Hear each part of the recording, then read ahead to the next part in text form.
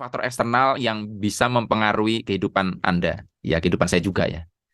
Jadi gini, saya tidak tahu seberapa proporsi kehidupan kita tuh dipengaruhi oleh diri kita sendiri, faktor yang di dalam diri, dan faktor eksternal. Nah, yang jelas, di eksternal ini pun ngaruh. Ada hal-hal di wilayah kendali, di luar wilayah kendali kita.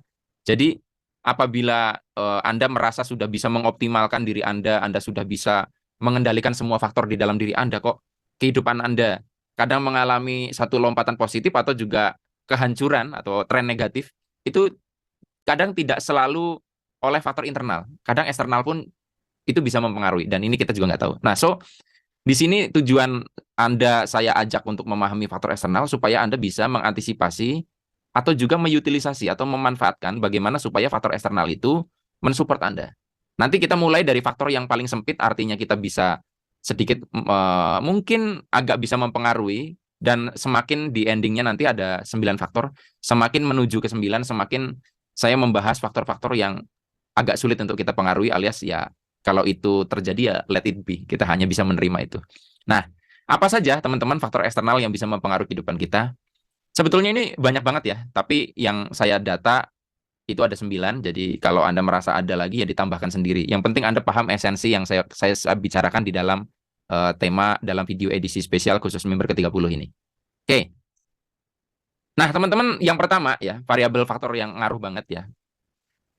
Ini adalah orang tua atau mertua kalau udah nikah ya. Jadi em, banyak orang yang mereka itu membangun satu upaya baik lahir maupun batin untuk memperbaiki kehidupan mereka. Kok sulit banget. Dan di lain waktu atau di lain kasus ada orang gampang banget. Ternyata bagaimana orang tua mereka itu ngaruh banget. Ya. Nah, karena ternyata secara koneksi, keterhubungan antara orang tua dengan anak itu seumur hidup. Saya pernah cerita tentang hasil riset terkait dengan darah ya, terkait dengan ludah. Jadi ludah, misalkan Anda meludah lalu diamati di bawah mikroskop misalkan dengan cara khusus, atau darah Anda diambil. Nah, yang menarik adalah seberapa jauh pun Anda terpisah dengan darah atau ludah itu, misalkan dipisahkan 3 km, 10 km.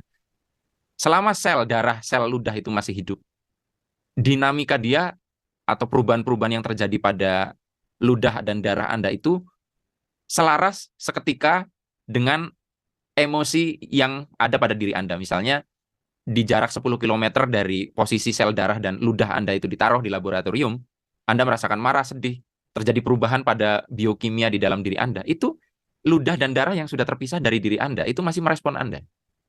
Nah, jadi ini berlaku juga untuk sperma. Jadi kita kan sebetulnya percikan sperma bapak dan percikan dari ovum ibu, dan itu adalah mereka, ya. Nah, mereka tuh ada di dalam diri kita. Jadi kita akan selalu terhubung dengan mereka. Makanya itulah yang menyebabkan kenapa doa dan restu orang tua itu sangat berpengaruh kepada anak. Nah, apakah terus kalau tidak direstui atau tidak didoakan itu kita jadi gagal misalkan, atau kita jadi berhasil? Gini sebetulnya, gampangannya gini, kalau misalkan Anda sedang menuju keberhasilan di sini deh, ini keberhasilan, ini Anda bergerak ke arah sini. Kalau ada doa orang tua, restu orang tua, itu seperti Anda dapat tenaga untuk ke arah sini. Tetapi kalau orang tua Anda mendoakan sebaliknya, Anda tidak direstui, Anda memberikan kekuatan ke arah sini, ya. Sementara orang tua Anda itu ke arah sebaliknya, sehingga yang terjadi adalah resultan. Kalau Anda punya energi 100, lalu doa dan restu dari orang tua itu positif mensupport Anda, misalkan 100% atau 50% deh, maka Anda dapat tenaga 150. Tapi kalau doa orang tua dan restunya itu justru berkebalikan, itu bisa mengurangi energi Anda. Misalkan katakanlah minus 50, sehingga 100 ke sana, 50 ke arah sana dari doa dan restu orang tua yang berkebalikan, yang tidak merestui dan tidak mendoakan, maka energi Anda ke sini jadi 50, sehingga jadi lebih berat maksud saya. Jadi kalau Anda tidak dapat doa restu, ya Anda harus memiliki ekstra niat, ekstra energi, ekstra usaha, karena Anda tidak dapat support tambahan dari energi orang tua. Nah, dan orang tua ini begitu kuat sekali pengaruhnya di dalam hidup kita itu karena, ya, saya pernah baca satu riset bahwa orang tua Anda punya trauma tertentu, orang tua Anda punya satu fobia tertentu, habit tertentu, sering cemas misalnya, itu akan mempengaruhi kepada proses kita di dalam kandungan. Jadi sebelum kita lahir pun, kita tuh sudah seperti kayak dicetak. Kita akan menerima warisan dari mentalitas kedua orang tua kita. Jadi kalau di khasanah Jawa itu ada bibit, bebet, bobot gitu ya. Bahwa orang tuanya siapa itu ngaruh sekali dalam membentuk kita, nasib kita, hidup kita. Ya memang betul. Makanya nasab atau garis keturunan dengan nasib itu beda satu huruf. Jadi di sini bukan dalam rangka maksud untuk Anda menyalah-nyalahkan orang tua, ya, tetapi itu tetap ada pengaruhnya. Jadi beda orang tua akan beda effort akhirnya. Kalau orang tuanya bagus, anaknya kemungkinan akan dapat informasi di dalam sel-sel tubuhnya yang lebih support. Kalau orang tuanya kacau, ya wajar kalau dia, kok perasaan aku udah mengeluarkan energi yang sama dengan orang itu, tetapi kok kenapa dia lebih mudah berhasil, saya tidak. Itu juga ngaruh sekali.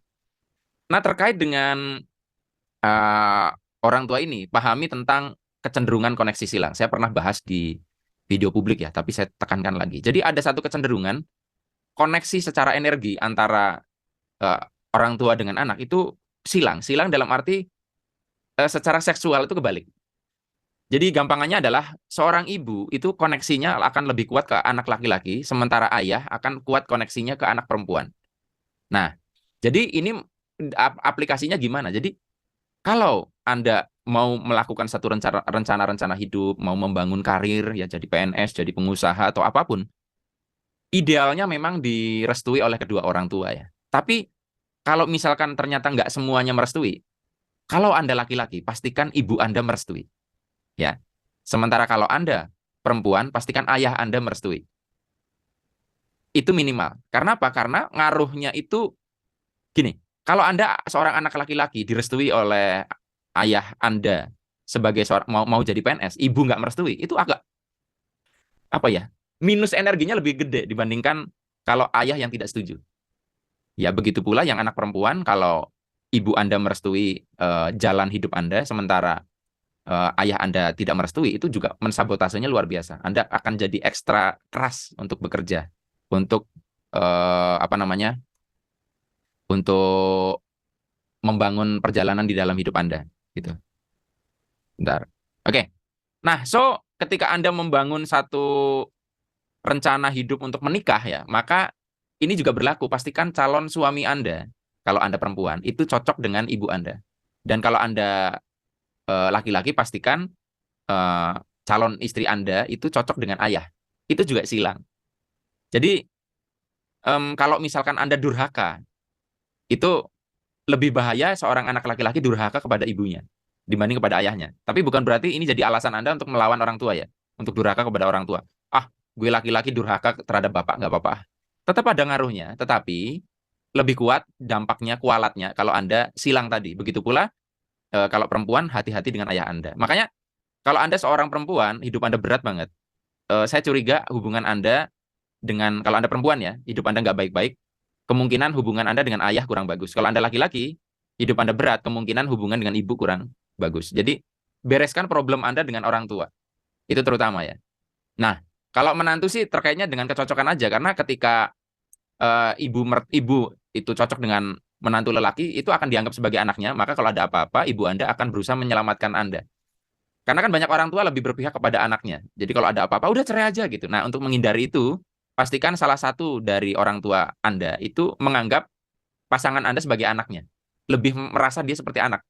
Bahkan ada kan orang tua yang merasa menantunya itu lebih disayang dibanding anaknya sendiri. Nah, itu bagus. Supaya itu juga jadi pengikat untuk rumah tangganya lebih langgeng. Ini yang pertama orang tua ya. Jadi, buat Anda yang merasa sudah melakukan banyak hal ya, tetapi hidup Anda sulit banget berubah, jadi lebih baik coba dicek bagaimana hubungan Anda dengan orang tua, apakah beres atau tidak. Kalau belum, bereskan itu. Ya.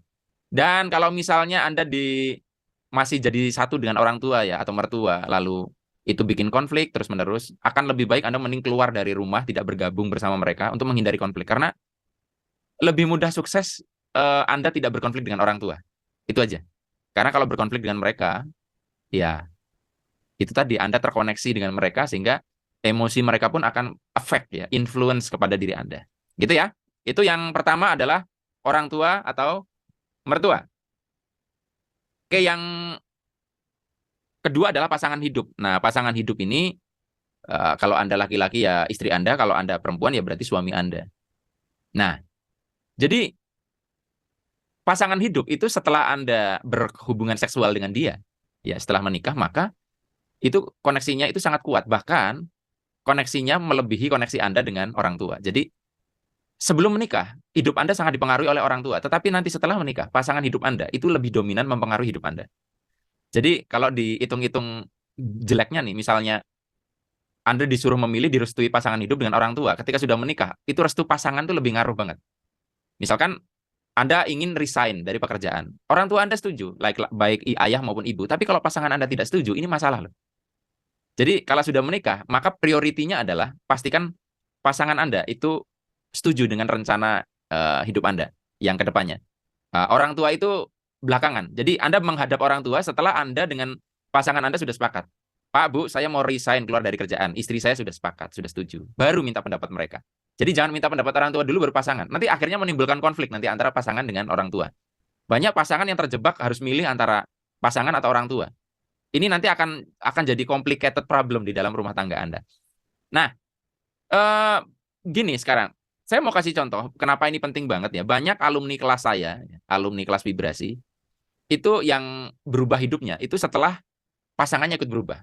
Jadi gini, banyak orang yang ikut kelas saya, kelas vibrasi, itu pulang dia mempraktekkan dengan segenap hati untuk berubah. Tetapi karena pasangannya tidak mengerti apa yang dia pelajari, dia tidak mengerti tentang vibrasi, suaminya mencoba menata getaran lebih bagus, sementara istrinya ngambek-ngambek melulu, ya, akhirnya vibrasinya jadi rendah. Itu akhirnya lambat sekali. Jadi logikanya sama. Jadi suami ke sini, istri ke sini. Nah, kalau istri ini memberikan energi minus 100, suaminya plus 100, jadinya 0. Makanya saya bilang kalau Anda ingin berubahnya cepat, Anda ikut kelas vibrasi, pastikan Anda juga membawa pasangan Anda, atau setelah Anda ikut, baru selanjutnya pasangan Anda suruh ikut. Akan lebih nyambung.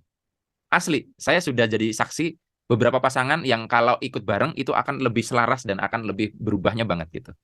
Nah, jadi eh, kuncinya di situ. Ya, Anda tidak harus ikut kelas vibrasi deh. Misalkan Anda ikut membership ini. Anda yang menyimak video-video di membership pastikan juga men-sharingkannya, ngobrol dengan pasangan Anda terkait dengan apa yang sudah Anda pelajari. Karena kalau tidak, itu tadi nanti satu pintar satu goblok. Jadi buat Anda yang masih single ya, buat Anda yang masih belum punya pasangan ya, ini sebetulnya sebuah kesempatan. Mumpung Anda belum terlanjur kejebak. Kalau Anda menentukan kriteria calon pasangan hidup, apapun kriteria calon pasangan Anda, entah itu cantik, kaya, apapun ya, pastikan pilih calon pasangan hidup yang tidak goblok. Tidak goblok di sini, dia selalu mau bertumbuh dan belajar. Karena ada, ya, misalnya contoh wanita-wanita yang nggak mau belajar, pria-pria yang nggak mau belajar.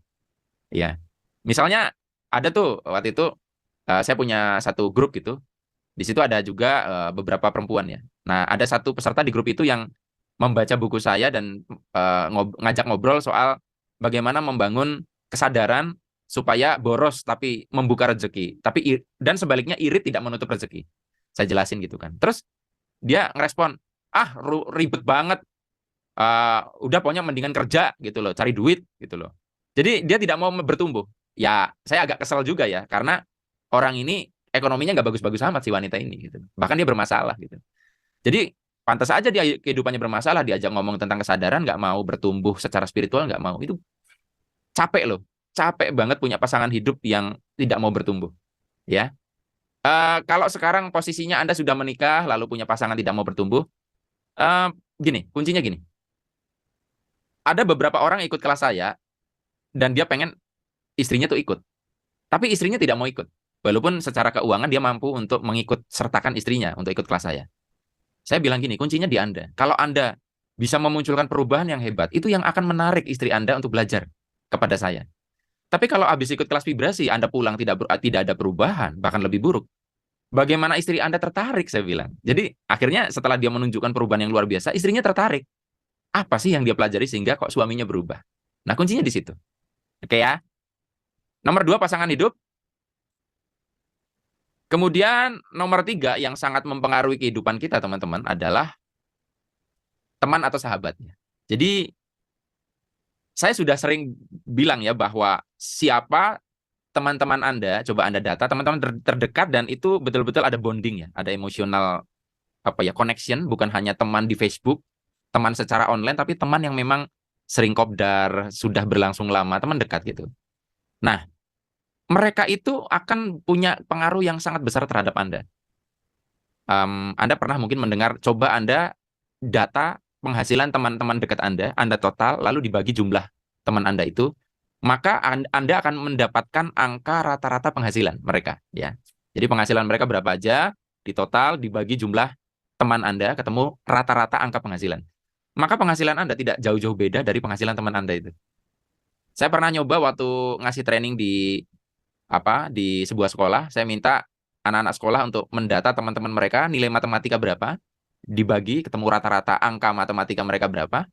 Saya bilang angka Anda tidak jauh-jauh dari itu, ya penyimpangannya. Ternyata betul dan justru banyak yang persis sama dengan angka rata-rata itu gitu loh. Jadi eh, banyak orang yang nggak menyadari ini dan saya sudah melihat banyak kasus ya, baik alumni, baik teman online yang curhat kepada saya. Jadi orang yang hidupnya kacau itu berawal dari salah milih teman. Misalnya gini, Anda itu bukan tipe orang yang senang dugem ya, senang main perempuan ya. Tapi kalau Anda berteman dengan orang-orang yang begitu, ya deket, diceritain asiknya mainan perempuan, lama-lama Anda diajak, ayo ikut aja gitu loh ke hotel atau ke sebuah tempat di mana pesta itu berlangsung. Lama-lama Anda akan cenderung ikut karena ingat ya di video lama saya jelaskan tentang identifikasi kelompok. Kita lama-lama akan menjadi identik karena berlama-lama dengan sebuah kelompok akan membuat pikiran bawah sadar kita terbuka dan kita akan melakukan copy data kayak gitu. Nah, jadi beberapa alumni saya tuh hidupnya berubah setelah teman-temannya diganti. Ya, teman-teman dekatnya mereka ganti, artinya bukan terus langsung putus pertemanan, tapi mereka memperluas teman-teman yang baru, lebih dekat ya kepada teman-teman baru yang lebih memberdayakan ini dibanding teman-teman lama yang kacau gitu loh. Nah, dan yang menarik adalah kalau Anda pernah baca buku apa ya, Think and Grow Rich kalau nggak salah, orang-orang hebat itu memiliki circle 3 sampai 4 grup yang dimana mereka saling bertukar pikiran dan rutin. Saya itu sejak tahun 2011 itu punya satu grup di mana di situ ada teman-teman saya yang sama-sama suka bertumbuh, sama-sama suka pemberdayaan diri, sama-sama pemahamannya dalam, dan setiap hari kita chatting. Dan yang menarik yaitu kita sama-sama bertumbuh, sama-sama mengalami satu kemajuan baik secara material dan non material. Kami dalam waktu dulu masih masih memungkinkan kopdar, sering banget kopdar. Sekarang ya setahun 2 kali udah not bad ya, udah nggak bisa sering dulu, tapi sangat intens. Bahkan kami video callan gitu kalau kangen. Kita ngomongin hal-hal yang memberdayakan dan itu sangat ngaruh sekali. Jadi buat Anda yang belum memiliki 3 sampai 4 circle terdekat ya, ya pastikan Anda memiliki itu dan pastikan mereka juga punya mindset dan suka belajar. Syukur-syukur kalau misalkan Anda eh, cari teman-teman yang lebih tinggi dibanding Anda secara ekonomi. Yang penting kan pemikirannya nyambung, walaupun Anda secara ekonomi lebih rendah, nanti lama-lama Anda akan ketularan untuk punya penghasilan yang lebih baik dengan memiliki teman-teman yang lebih up secara penghasilan. Jadi kuncinya bergaul dengan orang-orang yang penghasilannya lebih tinggi itu adalah jangan minder. Asal Anda terbuka, pikirannya selalu belajar, mereka suka dengan orang yang wacananya sama kok. Tidak memandang Anda penghasilannya lebih tinggi atau lebih rendah. Cuman salahnya orang kadang udah minder dulu, aduh aku penghasilannya sedikit. Kalau obrolan Anda nyambung, itu tuh pasti akan bisa jadi circle-nya mereka. Gitu ya. Kemudian yang keempat ya teman-teman, yang keempat adalah orang lain atau massa atau publik. Jadi gini, saya mulai dulu bahwa Anda suka tidak suka bahwa salah satu daya ungkit dalam mencapai keberhasilan adalah popularitas. Nah, popularitas itu keterkenalan itu menyebabkan orang tahu siapa Anda, orang tahu Anda itu memiliki keahlian apa. Kalau misalkan Anda membantah, Pak, ada tuh orang yang nggak mau dikenal, Pak, dan tetap sukses. Iya, tapi produk dia pasti terkenal. Misalnya gini, Anda tidak tahu siapa pemilik dari Indomie misalnya. Misalkan Anda tidak tahu siapa sih pemiliknya, dia nggak mau terkenal. Tapi kan Anda kenal Indominya. Jadi popularitas, entah itu kepada produk ataupun kepada orang, itu adalah daya ungkit keberhasilan. Dan kalau kita bicara popularitas, itu membutuhkan orang lain dalam jumlah banyak yang saya sebut sebagai massa atau publik. Nah, publik atau massa ini memang daya ungkit keberhasilan, tetapi juga berdampak dua sisi ya. Karena Anda bisa tahu sendiri, ada orang yang akhirnya masuk penjara gara-gara populer akibat kelakuan yang buruk, dan ada orang yang populer karena menunjukkan satu bakat tertentu yang akhirnya bisa diundang di TV, akhirnya jadi artis dan sebagainya. Nah, sekarang kita itu sebetulnya berada di era di mana sangat mudah sekali terkenal ya. Nanti kita bicara variabel lain ya yang di belakang ya. Jadi zaman saya itu untuk memperkenalkan diri itu sulit banget karena andalannya adalah rekomendasi. Jadi saya masukin proposal atau saya diundang di satu perusahaan, nanti orang ini nanti memberikan rekomendasi kemana-mana. Baru nanti saya akan dikenal oleh kalangan perusahaan sebagai seorang trainer yang mumpuni untuk meningkatkan kinerja karyawan misalnya. Sekarang jalurnya tuh lebih pendek. Anda tidak dikenal, Anda sering berbagi di sosial media, di berbagai platform, Anda sudah bisa dikenal. Jadi saya kadang kalau boleh dibilang iri, sekarang gampang banget ya. Nah, tapi yang jadi sisi minusnya adalah karena saking mudahnya terkenal, Anda tidak terseleksi bahwa ada orang yang belum siap populer, karena populer itu akan menerima pujian dan cacian. Nah, banyak orang yang nggak siap dengan cacian ini. Jadi uh, kalau misalkan sekarang Anda memiliki satu keahlian yang hebat, yang Anda merasa bahwa Anda pantas dibayar mahal, tapi Anda belum mendapatkan itu, maka saya pastikan Anda belum dikenal oleh publik. Orang itu nggak tahu siapa Anda, sehingga mereka tidak mengerti bahwa Anda punya satu keahlian, produk yang layak untuk mereka konsumsi, yang layak untuk mereka beli. Itu aja tuh. Nah, orang lain ini juga tidak harus berjumlah banyak, bukan berupa massa atau publik, tapi seseorang. Ya, hanya satu dua orang. Dan di sini yang paling berdampak adalah menurut saya adalah siapa yang Anda anggap sebagai guru. Banyak orang berubah sekali cara berpikirnya karena salah memilih guru. Contoh paling gampang, ada orang yang setelah dia ikut kajian dari guru A baik-baik saja, setelah ikut kajian dari guru B, dia bahkan ingin bom bunuh diri untuk mengubah apa namanya dasar negara Republik Indonesia sampai seperti itu. Jadi saya tidak cap salah atau benar, tapi guru itu adalah orang yang kita berikan otoritas dan ini sangat ngaruh sekali kepada kehidupan Anda. Nah, kalau Anda sudah berguru kepada banyak sekali orang dan belum berubah, maka saya pastikan bahwa Anda belum menemukan guru yang tepat. Jadi nggak tahu ya, guru itu cocok-cocokan. Jadi saya tuh udah belajar kepada si A, si B, si C, itu hanya dapat pengetahuan, tapi perubahannya nggak banyak. Sampai satu ketika saya ketemu satu guru yang sebetulnya tidak saya katakan lebih pintar dari guru-guru yang saya yang lain, tapi entah kenapa, gara-gara guru ini, semua yang diajarkan sebelum-sebelumnya oleh guru-guru yang lain, itu akhirnya saya lebih pahami, lebih meresap kepada diri saya. Jadi, misalkan Anda sudah belajar kepada saya, lalu Anda belum merasakan perubahan yang banyak, bisa jadi memang Anda harus mencari terus guru lain, ya. Tapi apakah terus guru-guru yang kita sudah belajar lalu kita nggak berubah itu artinya sia-sia? Enggak juga. Karena banyak orang itu akhirnya menemukan guru yang cocok buat dia. Itu akibat rekomendasi dari guru-guru sebelumnya. Dan orang itu bisa jadi lebih cocok dengan guru yang suatu saat dia temui itu setelah belajar dari guru-guru sebelumnya sebagai pondasinya. Nah, jadi uh, saya sih berharap mudah-mudahan kita cocok ya. Ya, Anda cocok belajar dengan saya.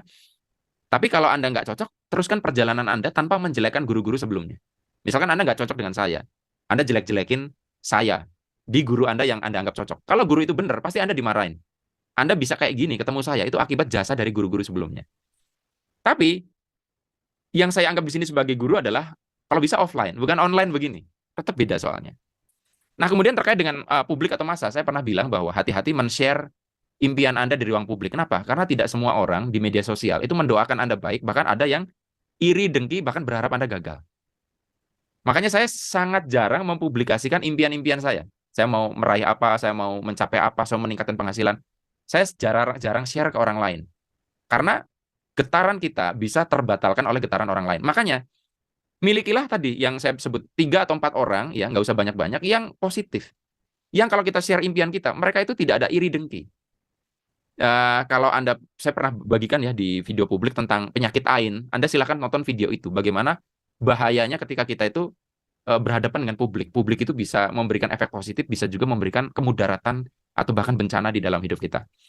Jadi suka tidak suka orang lain ini adalah hal yang mempengaruhi hidup Anda. Bahkan kalau Anda data persoalan hidup Anda, itu kebanyakan terkait dengan orang lain. Jadi Anda salah berhubungan dengan orang lain, itu sudah bisa membuat Anda yang hidupnya baik-baik saja jadi punya masalah. Gitu ya. Bahkan pasangan hidup Anda awalnya dulunya orang lain. Ya kan? Yang kelima, lingkungan atau lokasi domisili atau society. Sebentar ya, saya minum.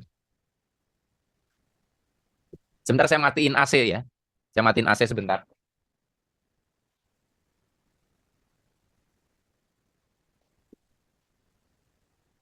Kedinginan saya. Oke, lingkungan domisili society. Jadi saya membedakan orang lain, massa, publik itu dengan society atau lingkungan domisili. Jadi kalau Anda itu berkenaan dengan publik massa itu kan Anda kan tidak tinggal bareng satu lingkungan dengan mereka gitu loh. Karena bisa saja massa Anda itu dari berbagai wilayah bahkan dari luar negeri kalau Anda di media sosial contohnya. Tapi kalau lingkungan itu ya misalkan Anda tinggal di Surabaya, Anda tinggal di RT sekian, kompleks sekian, lah itulah adalah lokasi domisili atau society Anda. Anda cenderung akan intensif berada di situ. Nah, dan ini yang menyebabkan nanti secara psikologis pengaruhnya akan beda ya. Anda dengan misalkan dikomentarin orang antah berantah nggak enak dengan Anda dikomentarin tetangga sebelah Anda. Itu akan sangat ngaruh sekali pengaruhnya. Karena ini secara psikologis dekat, sementara di massa atau publik itu lebih jauh. Jadi Anda bisa lebih cuek. Nah, karena pengaruhnya sangat dekat kepada psikologi kita, maka kalau Anda salah memilih tempat tinggal, salah memilih society, salah memilih lingkungan, itu akan kacau. Teman-teman, saya merujuk kepada apa yang dilakukan oleh di agama saya, Nabi Muhammad ketika mengawali perjuangan untuk menyebarkan agama Islam. Pertama kali dia melakukan yang namanya hijrah. Dia pindah dulu ke Madinah. Baru di situ dia membangun kekuatan dan akhirnya bisa menaklukkan Mekah. Nah, teman-teman, kalau Anda sudah berusaha membangun karir dengan berbagai cara ya, baik ikhtiar fisik maupun non-fisik, teknis maupun non-teknis, dan Anda tidak banyak berkembang, maka salah satu yang mungkin Anda bisa eh, coba adalah hijrah. Hijrah dalam artian cari tempat lain yang dimana Anda merasa nyaman. Ketika dulu saya tinggal di Purwokerto, itu ya, oke, sorry, sebentar. Oke, ada ininya hilang ya, sebentar. Oke, cek, cek. Oke, ya, udah muncul lagi. Jadi, sampai mana tadi ya? Jadi, kalau Anda sudah melakukan sesuatu, ya banyak hal, dan Anda tidak banyak perubahan dalam hidup Anda, saya sarankan Anda untuk pindah lokasi, pindah tempat tinggal. Ada banyak kejadian, contohnya gini. Ada orang yang dia itu tadinya tinggal di kota A. Kenapa dia tinggal di kota A? Karena dia merasa bahwa di situ banyak sekali peluang pekerjaan. Tetapi aslinya dia sangat tidak nyaman tinggal di kota itu. Entah kenapa karirnya ya segitu-segitu aja. Sampai kemudian dia memutuskan untuk bisa memilih lokasi yang nyaman. Akhirnya dia tinggal di contohnya daerah seperti Malang. Tadinya dia di Jakarta. Ini kisah nyata nih. Ternyata gara-gara dia pindah ke Malang, itu justru malah dia bisa karirnya bagus. Yang tadinya nggak punya rumah jadi punya rumah. Dia bisa berkeliling ke luar negeri. Secara teknis, secara nalar, Malang kayak lebih sedikit peluang. Ternyata karena dia merasa nyaman, merasa di situ tenang, maka itu akan membuka rezeki. Jadi buat Anda yang sekarang lagi milih-milih pekerjaan, Anda jangan lihat dulu peluang pekerjaan ada di mana, kebanyakan ada di mana. Tapi Anda pilih juga apakah Anda nyaman di situ. Saya dulu di Purwokerto itu nyaman. Ya, makanya saya karirnya cukup pesat di Purwokerto. Yang jadi persoalan nggak ada bandara. Nah, saya harus pindah nih. Pindah kemana ya? Nah, dari sekian banyak kota yang ada bandaranya, dari sekian banyak opsi, saya pilihannya akhirnya ke Jogja. Karena saya merasa nyaman di Jogja. Jadi, buat teman-teman yang sekarang itu merasa karirnya stuck, Anda pertimbangkan untuk hijrah. Tapi Anda juga harus hati-hati nih dalam menentukan nyaman atau tidak nyaman. Apalagi kalau Anda sudah berpasangan. Apakah istri Anda merestui Anda hijrah? Karena kalau dia nggak nyaman, sama aja. Anda nyaman di kota itu, tapi istri Anda tidak nyaman. Ini akan pastikan Anda kalau sudah berumah tangga itu harus membicarakan perihal kepindahan atau hijrah ini, gitu ya. Oke, itu yang kelima. Yang keenam adalah penguasa, baik secara formal maupun informal. Kalau penguasa formal itu uh, contohnya pemerintah lah, pemerintah daerah, pemerintah desa, pemerintah nasional ya. Kalau di negara kita. Nah, kalau penguasa informal itu pemilik bisnis, kelompok rahasia seperti Freemason, Illuminati, yang mereka itu bisa memainkan untuk melakukan konspirasi sehingga bahkan pemerintah pun tunduk kepada skenario mereka. Nah, ini Anda mau tahu atau tidak, mau peduli atau tidak, itu penguasa itu sangat mempengaruhi hidup Anda. Contohnya kemarin ya, contohnya. Anda, sehebat apapun Anda, ketika sudah berhadapan dengan kebijakan penguasa, Anda nggak bisa ngapa-ngapain. Anda kalau mau kemana-mana harus vaksin, harus PCR, ya tes PCR. Kalau tidak patuh, Anda nggak bisa kemana-mana. Ya, Anda buka bisnis, lalu ada lockdown, PPKM, harus tutup. Jadi mau Anda sebegitu hebat secara pemberdayaan diri dan macam-macam, ya Anda punya program bawah sadar yang hebat, ketika berhadapan dengan penguasa, Anda nggak bisa apa-apa. Makanya saya katakan ini adalah faktor eksternal yang sangat mempengaruhi hidup kita juga. Jadi ada yang bilang, ya siapapun presidennya, siapapun menterinya, kita tetap cari uang sendiri. Tetapi ingat loh, kebijakan mereka, keputusan-keputusan peraturan yang mereka akan buat, itu akan ngaruh kepada apakah Anda bisa dagang atau tidak. Misalkan Anda sekarang punya bisnis impor apa barang tertentu. Kemudian nanti ketika ganti presiden, dia bikin kebijakan impor itu nggak boleh. Mati loh bisnis Anda. Anda sekarang trading forex. Lalu presiden selanjutnya melarang forex untuk ditradingkan. Forex hanya kalau Anda cuma mau nuker uang aja, bukan untuk kepentingan di trade, tapi hanya untuk kepentingan kalau Anda mau keluar negeri untuk kemudahan transaksi. Anda seorang trader bisa mati mata pencaharian. Jadi Jangan main-main ya, karena kebijakan penguasa itu bisa membuka sumber penghasilan Anda dan bisa menutup sumber penghasilan Anda. Bahkan penguasa itu bisa memainkan perilaku pasar. Ya, seorang konon katanya krisis kita dulu itu krisis tahun 98 itu gara-gara spekulan asing. Ya, dia memainkan mata uang ya, mainan trading mata uang lalu bisa menghancurkan tatanan ekonomi Indonesia. Apalagi Indonesia kebanyakan orang yang bermain saham itu kebanyakan bukan warga lokal. Sehingga ketika pemilik saham bisnis di negeri kita kebanyakan adalah orang asing, maka ketika mereka mencabut sahamnya oleng gitu. So, teman-teman semua, penguasa ini adalah salah satu faktor yang sangat penting pengaruhnya dalam hidup kita. Nomor 7 adalah kemajuan teknologi. Jadi teknologi ini contohnya robot ya, artificial intelligence, AI, handphone, laptop, sosial media itu juga kemajuan teknologi. Dan ini ada dampaknya baik positif maupun negatif ya. Anda bisa memanfaatkan sosial media dengan baik, hidup Anda lebih baik. Kalau Anda nggak salah memanfaatkan sosial media, Anda bisa terjerat masalah yang belum pernah Anda hadapi sebelumnya. Dan kita sudah sering melihat bahwa banyak orang yang tiba-tiba mendadak kaya dan mendadak miskin akibat teknologi. Teknologi yang mengalami kemajuan ini bisa juga berdampak kepada peluang pekerjaan baru. Dulu belum ada yang namanya YouTuber, setelah muncul perkembangan teknologi, akhirnya muncul platform YouTube, ada yang namanya YouTuber, ada yang namanya influencer, dulu nggak ada. Nah, tapi seiring itu, maka mungkin akan menggerus sisi yang lainnya. Misalnya, dulu orang suka nonton TV, setelah ada YouTube, itu viewer TV itu turun, sehingga TV pun harus bikin channel di YouTube contohnya. Jadi bisnis Anda bisa maju pesat, bisa bangkrut akibat kemajuan teknologi. Nah, siapapun yang tidak beradaptasi akan musnah, termasuk beradaptasi dengan teknologi. Nah, masalahnya seberapa mau Anda beradaptasi? Saya sering mengomentari gini, saya sering menemukan orang-orang berbakat ya, bisa melukis, bisa punya karya, tetapi sayangnya dia kesulitan ekonomi. Itu dikarenakan dia tidak bisa memanfaatkan teknologi. Coba kalau dia mengerti digital marketing, dia bisa mempromosikan karyanya di YouTube, di sosial media, di TikTok, maka dia bisa memasarkan produknya lebih mudah. Sayangnya kan banyak orang itu tidak beradaptasi. Dan yang menjadi kendala kadang sulit adaptasi karena salah satu kunci untuk adaptasi dengan kemajuan teknologi adalah penguasaan bahasa asing.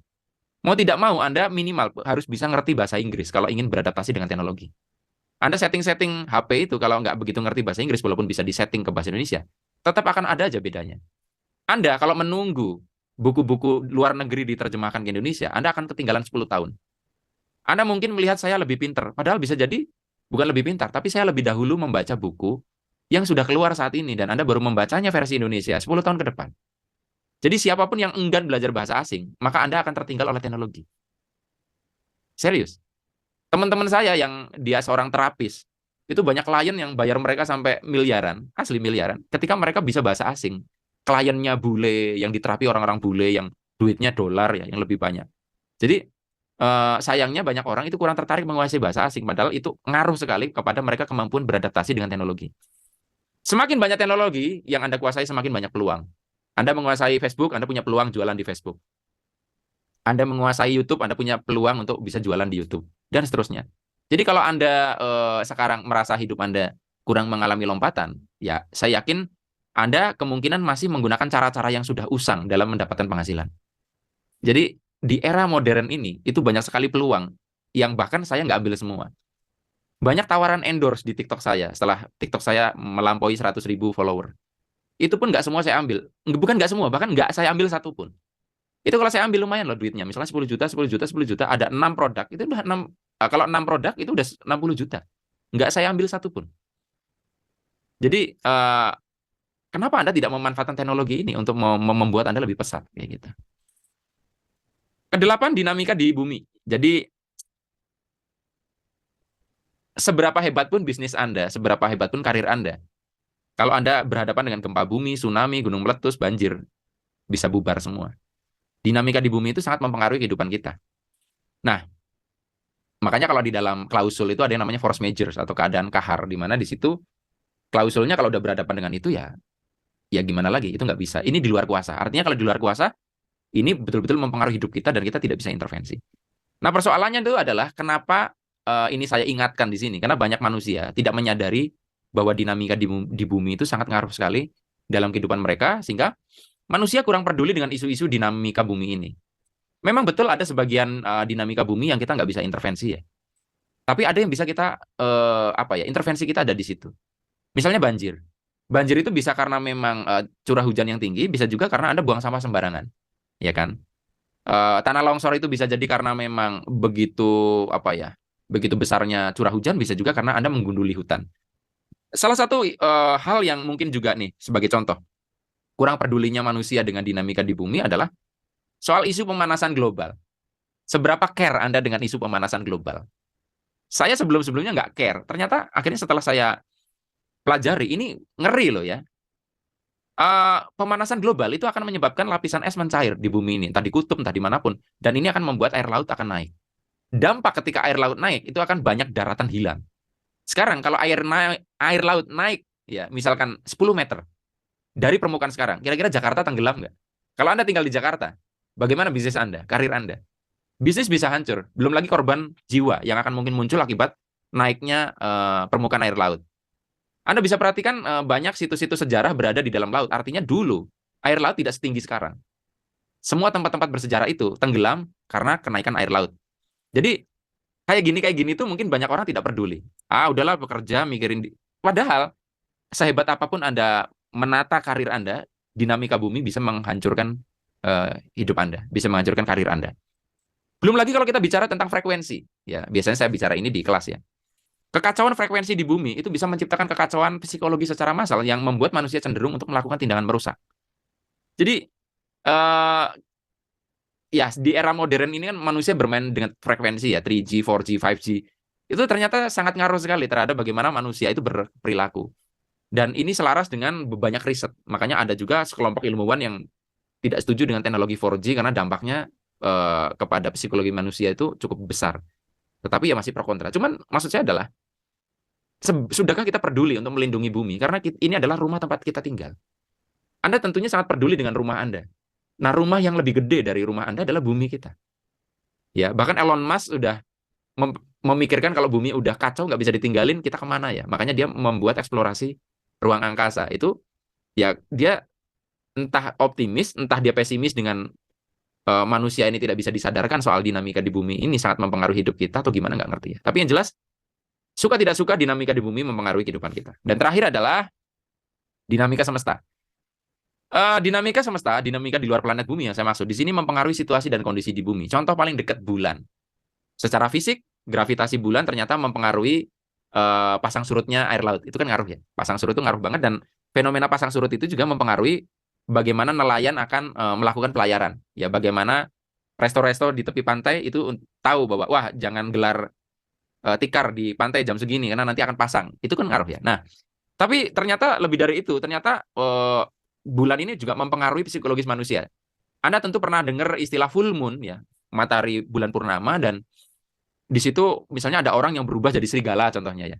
Nah, sebetulnya contohnya kenapa di agama Islam itu bahkan ada sholat gerhana, sholat macam-macam. Itu karena di fenomena-fenomena alam di situ, bulan purnama, gerhana bulan, gerhana bumi, itu terjadi satu perubahan frekuensi dan itu mempengaruhi psikologis kita. Makanya kita disarankan untuk beribadah. Saya punya kejadian menarik di kelas vibrasi di Surabaya beberapa tahun silam, udah lama. Jadi alumni saya ini mengalami peningkatan kepekaan kalau bulan purnama. Bahkan koin uang Rp100 jatuh di jarak mungkin sekitar 10 meter dari dia. Kalau bulan purnama, di telinga dia bisa sangat dekat sampai klontang gitu loh suaranya. Jadi kita bisa lihat bahkan orang-orang tertentu yang peka itu mengalami peningkatan kepekaan ketika bumi sedang full moon, bulan purnama. Artinya jelas ini fenomena-fenomena yang menunjukkan bahwa alam semesta sangat ngaruh sekali bagi kehidupan manusia. Nah, kehidupan zaman purba juga musnah, itu juga bukti bahwa dinamika semesta mempengaruhi kehidupan. Bagaimana jika besok ada asteroid sebesar Pulau Kalimantan menghantam bumi? Ini bisa tewas semua nih, semua yang di bumi. Jadi kalau di sini kita bisa lihat ya, sangat mudah sekali bagi Tuhan untuk memusnahkan kita semua. Konon kan kalau kita lihat bagaimana dinosaurus yang sedemikian gede-gede itu musnah, itu kan ada hujan asteroid menghantam bumi, lalu debunya menutupi atmosfer sehingga matahari terhalang, sehingga suhu di bumi turun drastis, dingin luar biasa, seolah-olah semuanya jadi kutub, jadi zaman es, dan disitulah banyak kehidupan yang tidak bisa bertahan. Nah, ya saya harus ingatkan bahwa ini sangat mempengaruhi kehidupan kita dong. Ya, kalau bisnis Anda, karir Anda bisa langgeng kalau kehidupan masih tetap terjaga. Tapi kalau semesta melakukan hal-hal seperti ini, kita bisa apa?